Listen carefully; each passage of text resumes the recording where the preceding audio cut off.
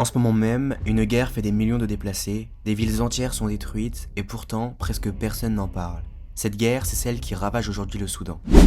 En 2019, le dictateur Omar al-Bashir est renversé après de grandes manifestations populaires et les Soudanais espèrent alors une transition vers la démocratie. Néanmoins, cet espoir s'envolera rapidement étant donné que le pouvoir restera fortement aux mains de l'armée. C'est ainsi que deux hommes deviennent des figures centrales. Le général Abdel Fattah al-Burhan, qui est le chef de l'armée, et Mohamed Hamdan Dagalo, qui est le chef d'une puissante force paramilitaire appelée les RSF. Au départ, ils gouvernent ensemble, mais leur alliance ne va pas durer. En avril 2023, tout explose. Les tensions entre l'armée soudanaise et les forces paramilitaires dégénèrent en combat en vers dans la capitale Khartoum. Des bombardements frappent des quartiers résidentiels, des chars apparaissent dans les rues et des millions de civils se retrouvent piégés au milieu des combats. La guerre s'est rapidement étendue dans plusieurs régions du pays, notamment au Darfour, une région connue pour son instabilité et ses conflits fréquents. Les conséquences de cette guerre sont catastrophiques, des millions de personnes sont déplacées, on aperçoit l'installation d'une famine qui devient omniprésente, des villes entières sont détruites et le système de santé est presque quasiment effondré. Selon de nombreuses organisations, c'est aujourd'hui l'une des crises les plus graves au monde et pourtant aucun des grands médias ose en parler. Officiellement, 40 000 personnes ont été tuées depuis le début de la guerre en avril 2023 et certaines estimations vont même jusqu'à 150 000 décès. Entre 11 et 15 millions de personnes ont dû se déplacer. Cette guerre ne concerne pas que le Soudan puisqu'elle déstabilise la région entière et montre à quel point une transition politique fragile peut basculer rapidement dans le chaos. Pendant que le monde regarde d'autres conflits qui sont beaucoup plus médiatisés, des millions de Soudanais et de Soudanaises continuent de fuir, de survivre et d'espérer la paix.